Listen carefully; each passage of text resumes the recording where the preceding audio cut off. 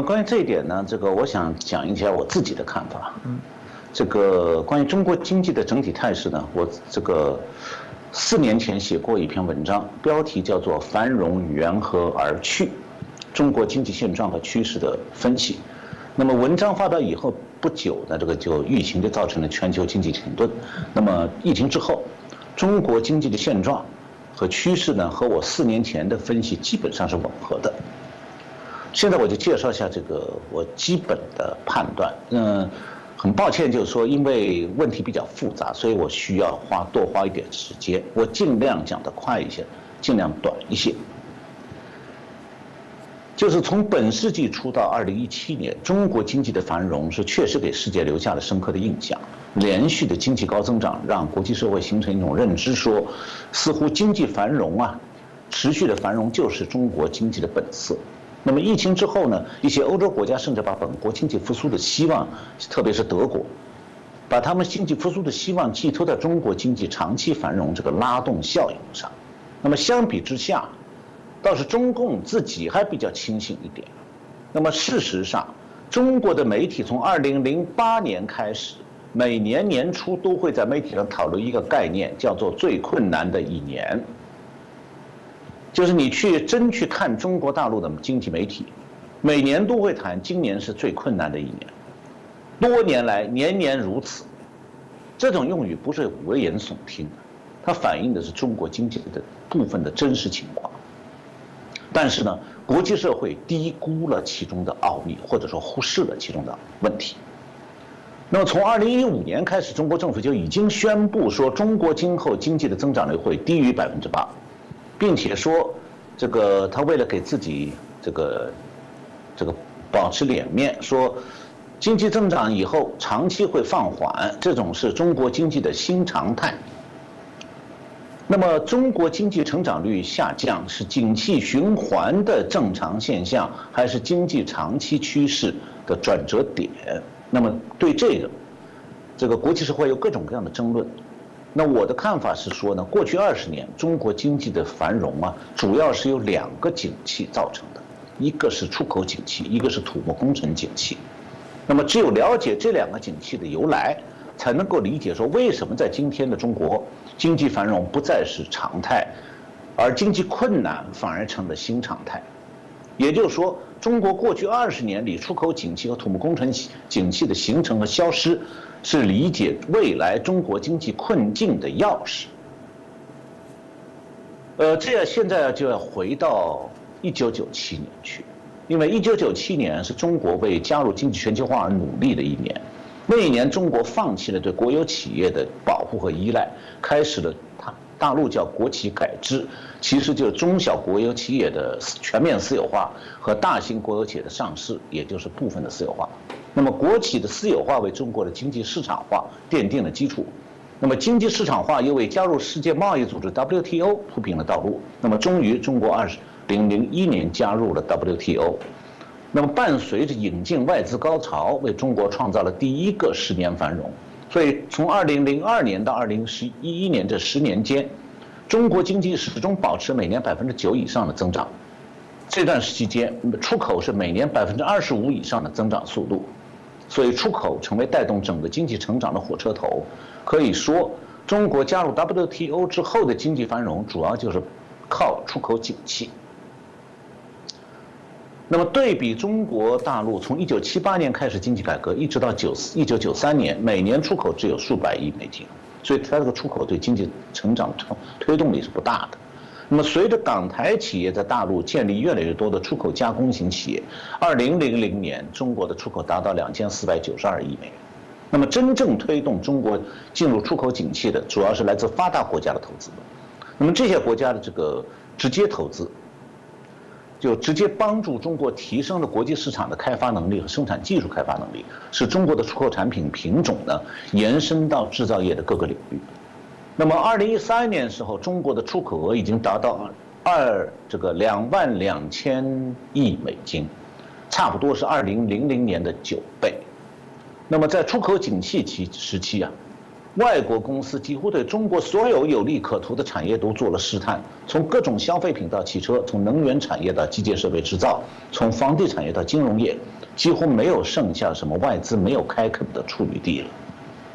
那么中国是在加入WTO 世界贸易组织之后，迎来了出口景气的辉煌岁月。那么从2003年到2007年，出口连续每年高于25%的速度增长，一些年份的出口的成长曾经达到35%。那么这里可以提出一个问题：中国能不能够出口连续几十年都保持25%以上增长率吗？显然不可能。为什么？我们从常识来判断。人口规模小的国家，你出口数额小，在国际市场上影响是微乎其微，所以你可以这样做，长期保持贸易顺差。但对中国这样的人口超级大国来说，国际市场显得太小了，因为中国的劳动力占全球就业人口26%，1/4多。你现在就是全世界所有工业化国家都停止出口，把市场全部让给中国，中国的出口景气也不可能以每年25%的速度也再持续下去。另外，从国际经济平衡的角度来看，这种情况也是不现实的，因为贸易是需要互利的，这样才能长期维持。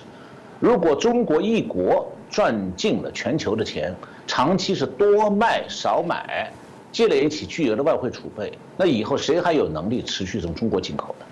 所以中国是不可能依赖靠出口来不断推动经济成长道路。也就是说，出口景气总有结束的一天，这是从道理上讲的。那么事实上，中国的出口景气也就是持续了10年不到，然后由于3重打击，出口景气就终结了。第一重打击呢是这个成本快速上升，这个在大陆经商的这个台商应该都是有自己的体会的。就随着大陆出口景气达到顶峰，在中国的外资企业的工资、社会福利开支、税收、地价、能源价格等等不断上涨，那么这样的话，出口加工型的这些企业的成本越来越高，外资企业的利润逐渐被侵蚀，最后是不得不关厂或者搬走。第二就是出口市场收缩。2008年美国次贷危机爆发以后，发达国家经济相继受到冲击，那么各国的购买力明显的萎缩，这样的话让中国的出口景气大受冲击。那么第3个还有一个就是工业化国家的制造业的加快技术进步，自动化能力不断提高，尤其是日本，竞争力也在增强。那么其他发展中国家也纷纷的在引进外资，这个走中国这种出口加工出口的发展模式，所以中国产品的国外市场面临越来越大的挑战。那么中国这个世界工厂是曾经因为大量廉价生产服装、鞋类、电玩具、电子消费品等等，让发达国家消费者受惠。但中国的制造业是大而不强，自主创新能力很弱，产品档次低，这也是它的致命弱点。所以这3重压力，我刚才提到的，这个成本快速上升、出口市场萎缩和这个竞争的其他国家的企业不断增加，这3重压力都不是对中国出口景气的暂时性的冲击，也不是周期性现象，而是会长期存在而迫使中国出口景气收缩的一些重要的因素。那么外资企业从中国撤资是从2006年开始的，先是广东省来自香港、台湾的制造鞋类、玩具、服装的企业关厂，然后很多生产冰箱、洗衣机、空调、彩电还有小家电的企业，外资企业也黯然的从中国大陆撤离。然后呢，外资撤离浪潮又进一步蔓延到长江三角洲这个电子高科技外资企业集中的地带。到2015年，一些制造手机和其他电子产品的大型外资企业相继关厂。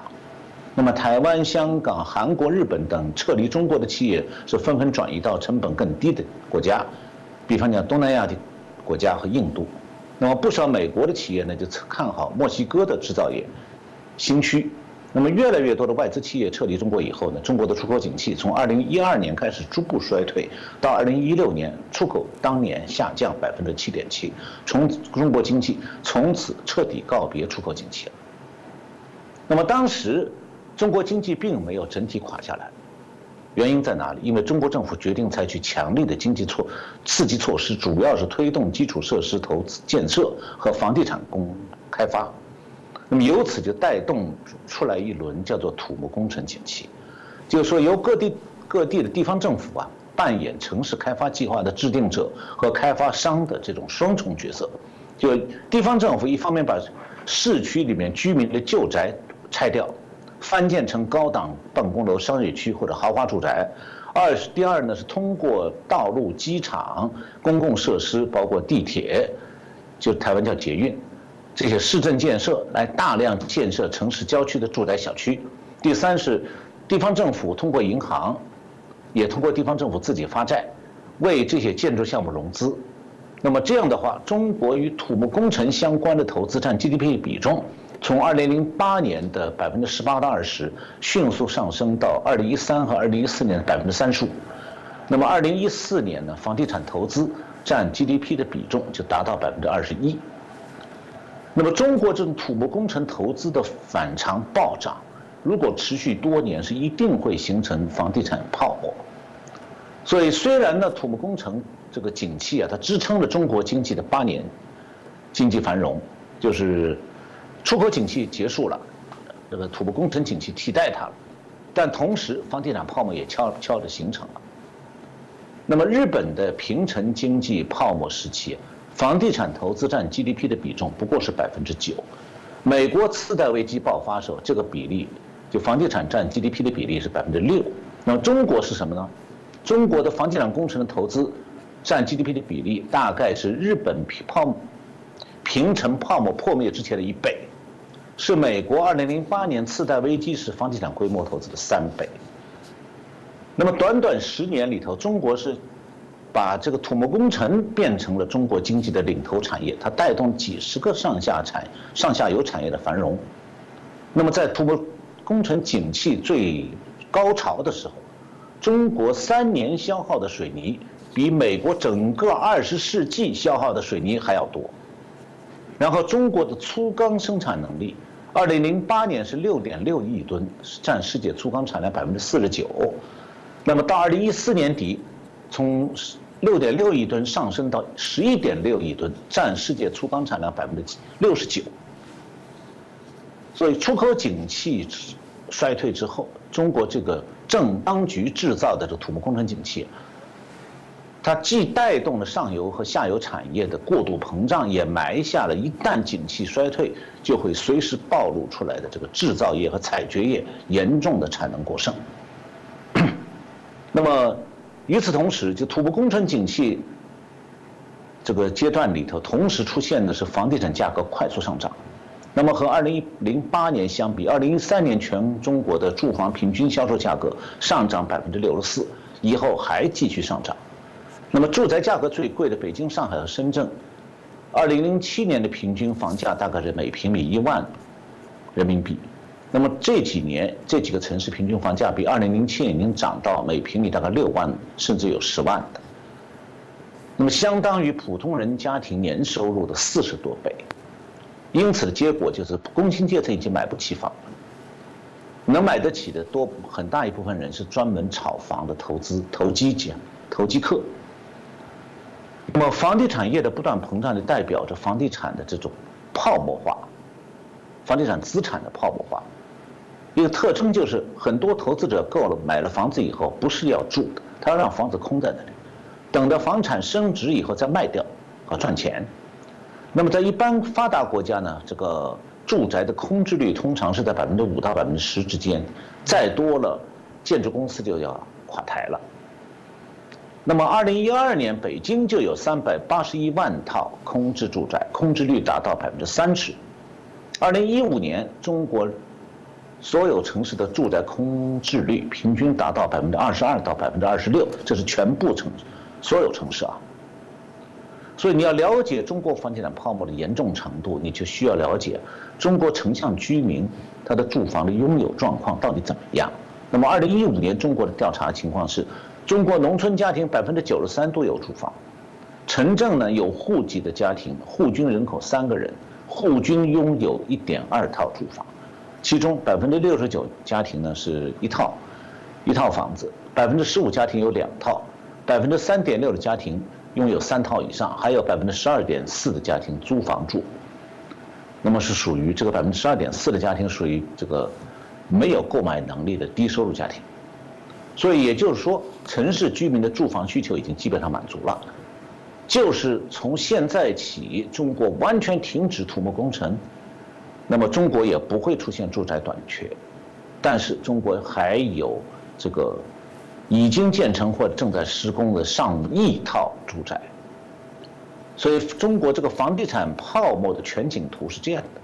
就中国有2.5亿城镇家庭，有4亿套住宅，供给比需求大60%。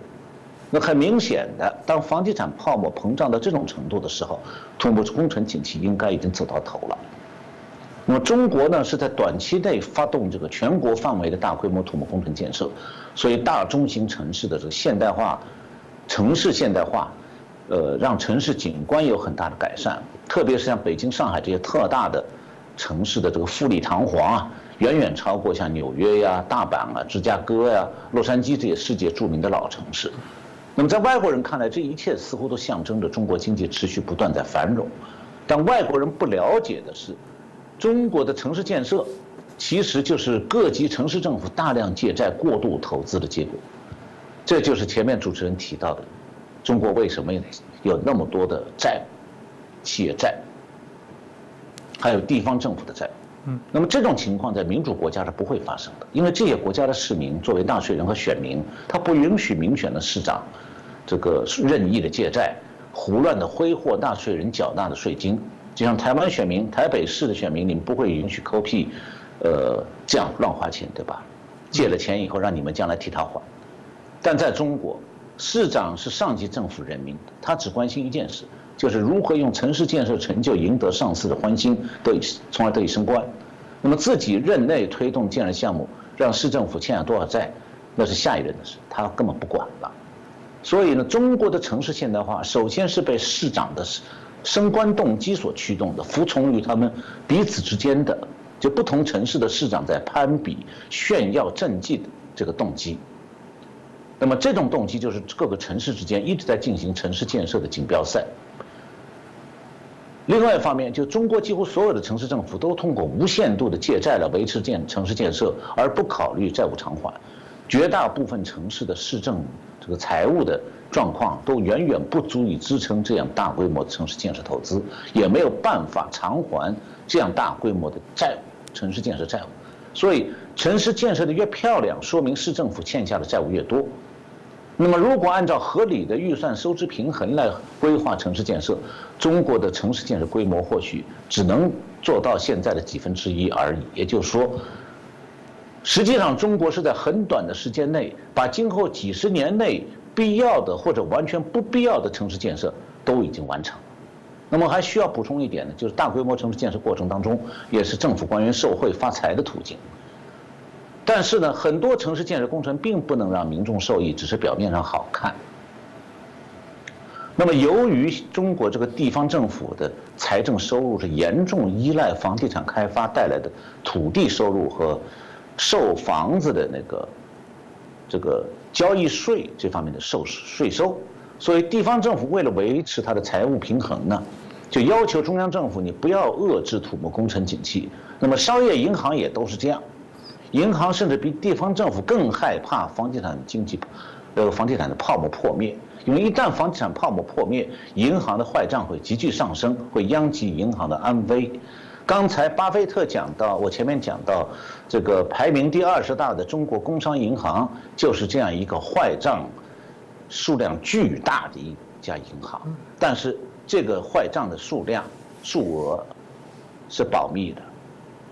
巴菲特也没有兴趣去研究，所以呢，他根本就不知道他在夸的是一个肥皂泡，随时会破掉。所以中国的银行都是在强调说要金融稳定，要求中央政府不要对房地产泡沫关闸断水。那么结果就是，尽管中国的房地产泡沫非常脆弱了，但各级政府现在是小心翼翼地捧着这个泡沫，像个肥皂泡一样护着它。那么肥皂泡稍微瘪一点，马上就想把它再吹大一点。那么现在这个脆弱的房地产泡沫始终貌似坚挺，但是其实中央政府已经不敢继续把这泡沫再吹大了，因为那样就是金融崩溃的这个灾难来临。那么也许念经济系的学生会问一个问题，说中国经济能不能不能靠出口扩张或者这个投资快速膨胀来保持繁荣，那中国人口多啊，靠10几亿居民消费力来实现经济繁荣，行不行啊？实际上也不可能。那么首先就是因为人口老龄化之下，中国的城市老龄人口消费是十分有限的。那么农村有几亿老龄人口是没有医保没有社保，消费当然就更少。再一个，其次就是很多行业因为不景气，现在大量裁员，留下的员工也减薪，所以就业劳动力的平均收入现在是在下降的，不是上升的。再一个就是现在中国每年900万大专毕业生就业越来越难，能找到低薪工作都很不容易。现在已经有很多博士生跑到乡政府去求一个职，做一个职员。那么中国还有一个奇特的现象，就是各个大学为了掩盖他们毕业生高失业率的真相，跟学生提出一项要求，说你们要想领毕业证书和学历证书啊，对不起，不是毕业典礼那一天，你们先去自己签一份假的就业证明，不管你找你爸还是你妈，找什么关系，一个假证明，证明说某某公司录用你了，然后拿着证明来，我给你发毕业证书、学历证书，你拿不来证明，这个证书我扣在手里不给。那么学校收到了这些假的就业证明以后呢，就向上面报告说我们本校毕业生今年就业率80%，其实呢80%都是用假证明这个算出来的。这是大学毕业生的状态。最后还要谈一下，就是现在大陆年轻人在流行一种叫做平躺的生活方式，就躺倒，平的躺在地上的这种平躺，什么意思？就是躺倒了，不再努力了。他们生活方式是说不求职，不求偶，不结婚，靠父母退休金过最低档次的生活。这是一种在高失业率、低工资、前景暗淡的社会里的一种典型的厌世主义。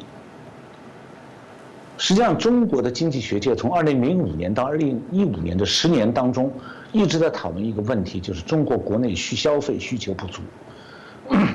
始终找不出有效解决办法。现在他们这个问题已经不感兴趣了，因为这个话题现在也在中国媒体上消失了，因为空谈了10年，毫无办法。那么中共呢，这个明知它的经济的畸形发展是个严重问题，但是它不得不冒着房地产泡沫化这个风险，继续维持土木工程经济。